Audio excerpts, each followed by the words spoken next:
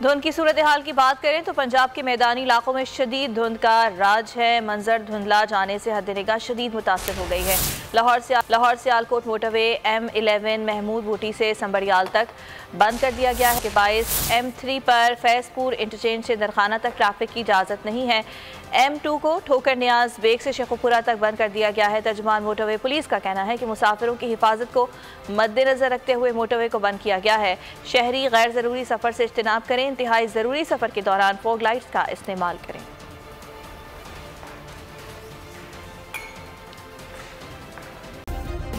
Subscribe करें और bell दबाएं ताकि कोई खबर रह न जाए।